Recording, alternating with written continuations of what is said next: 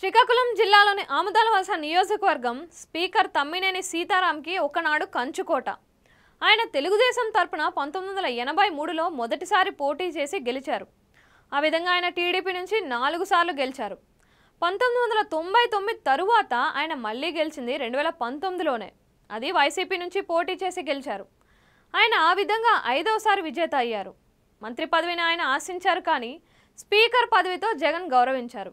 ఈసారి టికెట్ దక్కుతుందో లేదో అన్న చర్చ నడిచినా తమ్మినేనికే జగన్ టికెట్ ఇచ్చారు. దాంతో ఆయన తన రాజకీయ జీవితంలో 10వసారి ఎమ్మెల్యే అభ్యర్థిగా పోటీ పడుతున్నారు.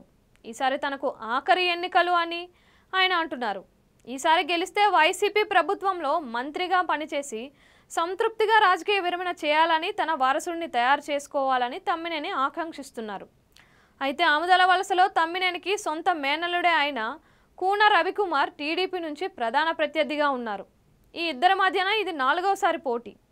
ఆముదాలవలసలో టీడీపీకి మంచి బలం ఉంది. వైసీపీ పటిష్టంగా ఉండేది, కానీ అందులో నుంచి తమ్మినేని అభ్యర్థిత్వం పట్ల అసంతృప్తితో వర్గాలుగా విడిపోయారు. కొందరు సైలెంట్గా ఉంటే, సువ్వారి గాంధీ అనే నేత పార్టీకి రాజీనామా చేసి ఇండిపెండెంట్గా పోటీకి దిగిపోయారు.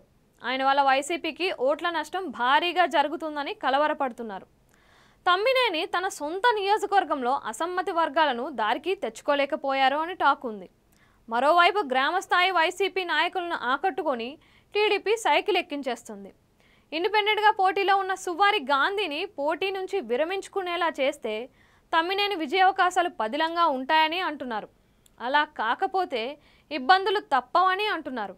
అయితే ఈసారి ఎన్నికలు ప్రత్యేకంగా సాగుతుందని, సంక్షేమ పథకాల లబ్ధిదారులంతా వైసీపీ ఓట్లు వేస్తారని, అలా తమ ఓట్ బ్యాంకు 2019 కంటే పెరిగిందని తమ్మినేని వర్గీయులు చెబుతున్నారు. ఆముదాలవలస మాత్రం టీడీపీ వైసీపీల మధ్య గట్టి పోటీగా ఉండే సీటుగానే ఉంది.